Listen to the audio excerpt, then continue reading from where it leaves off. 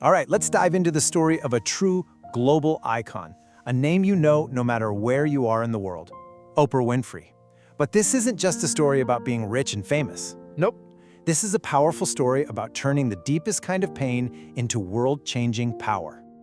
So let's just start with a number to wrap our heads around the scale of her success. Right now, Oprah Winfrey's net worth is sitting at a cool $2.8 billion. That makes her one of the absolute wealthiest entertainers on the entire planet. But you know, the money's only a piece of the puzzle. There's a reason they call her the queen of all media. We're talking about a TV producer, an Oscar-nominated actress, a magazine publisher, and of course a cultural force who has literally shaped the conversations we have for decades. To really understand how she built this incredible empire, we've got to go back, way back.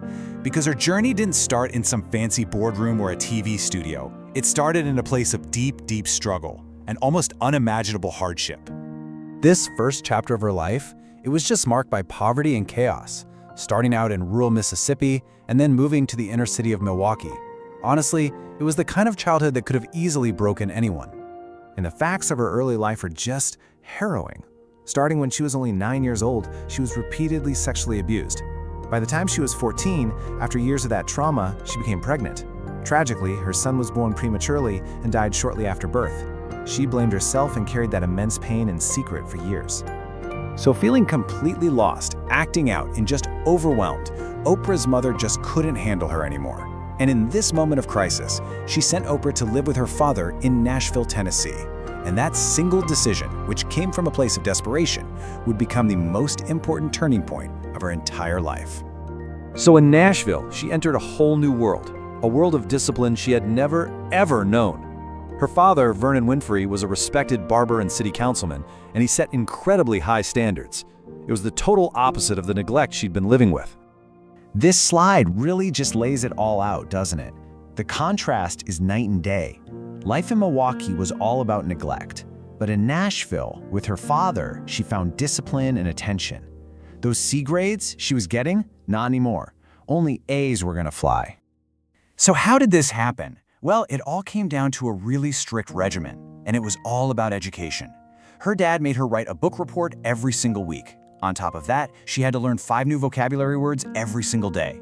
And at first, you can bet she hated it. But pretty quickly she realized that this structure, this combination of high expectations and real attention, was exactly what she had been starving for. And wow, did it work. The results were immediate.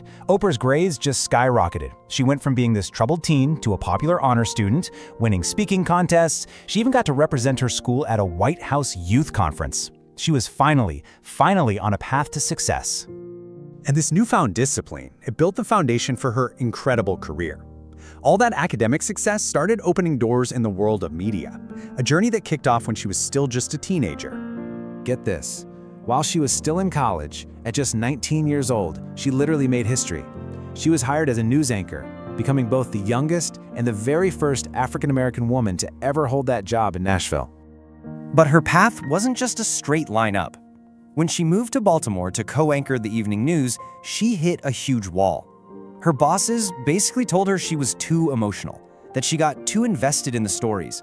Her empathy, the very core of who she is, was seen as a weakness, and they fired her from the anchor desk.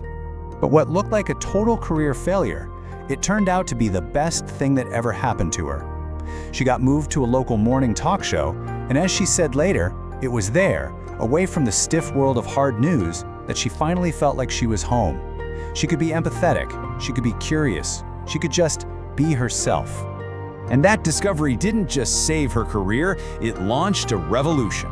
When a TV station in Chicago was looking for a new host for their struggling morning show, they found Oprah. And, well, the rest is TV history.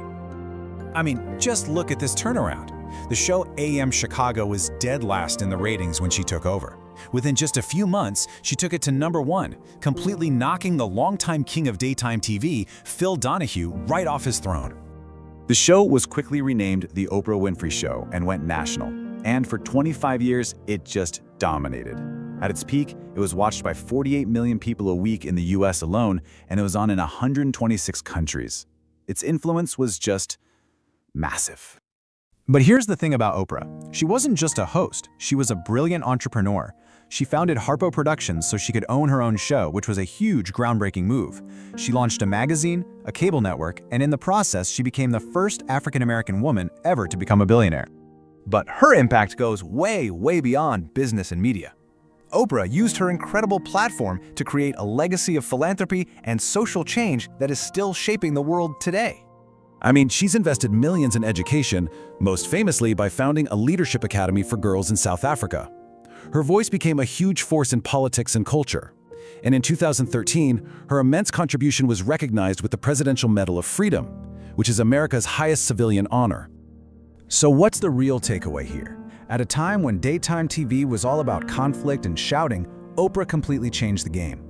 She proved that the very things she was once fired for, her emotion, her empathy, her vulnerability, they weren't weaknesses at all. They were her superpowers, and she built a global brand around them. And I think her whole philosophy can be wrapped up in her own words. Doing the best at this moment puts you in the best place for the next moment.